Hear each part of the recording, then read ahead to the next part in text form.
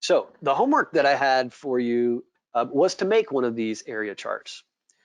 Now, Nesha, tell me, did I hear in your presentation that this is generated for you automatically from that query tool? No, that's just that data can set up nicely to Okay. generate one of these, but that would be Okay. cool. Oh, good. Okay. I was going to say, well, then don't worry about this practice if the tool does it for you automatically. Um, but if for homework you want to look at there's two files there. One's an Excel file which has some artificial benthic data in it, and then there's a Word file. And what that has in it is some instructions for walking you through the steps that you would take in order to take um, a typical output of benthic data and then turn it into this type of functional feeding group um, area chart.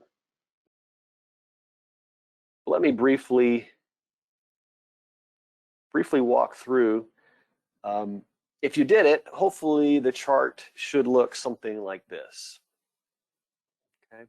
And what we see from this particular example was that, again, the way to look at these particular area charts, on the left-hand side, you have the reference condition from a reference benthic station that is supporting aquatic life use.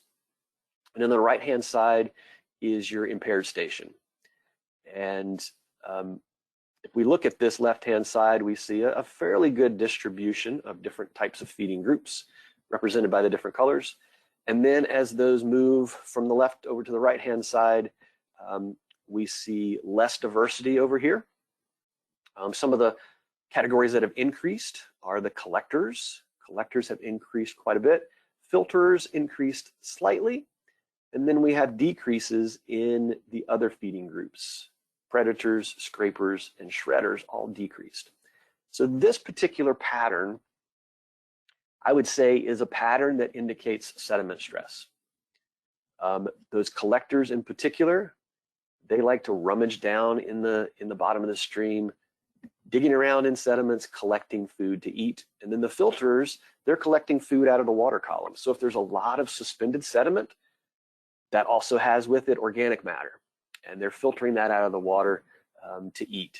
We also see decreases in scrapers, which could indicate that benthic substrate is being smothered and covered up, and that you're not getting great periphyton communities growing on those rocks, so that there's limited food for scrapers in that case. Let me jump over really quickly. What you'll see if you look in the handouts section for today is you'll see a answers key for the homework. So whether you were able to complete the homework or not, you might want to go back and take a look at that to see just the proper way of arranging the information to get that particular figure out of it. Some of the key elements there is we have lists of our organisms in rows, and in columns we have the different sampling dates. The first key is to make a sum, so that we're summing the number of organisms of each type of organism across the different sampling dates. And then we prepare this table over here to the right. And the key feature there is we're basically summing up and adding up the number of each type of feeding group. Okay, using the information in this sum column and using an Excel function of SUMIF. If you're not familiar with the SUMIF function, basically the way it works is the first variable here is going to look at the functional feeding group column.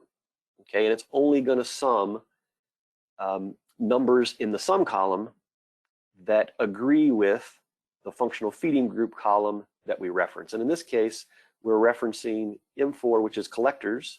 So what this function is going to do is it's going to go and it's going to sum everything in the sum column that corresponds to a functional feeding group listed as collector. And so this is basically the sum of all the collectors across all of the organisms and across all of the sampling dates. And the same thing is done for each, and then you can take percentages of those.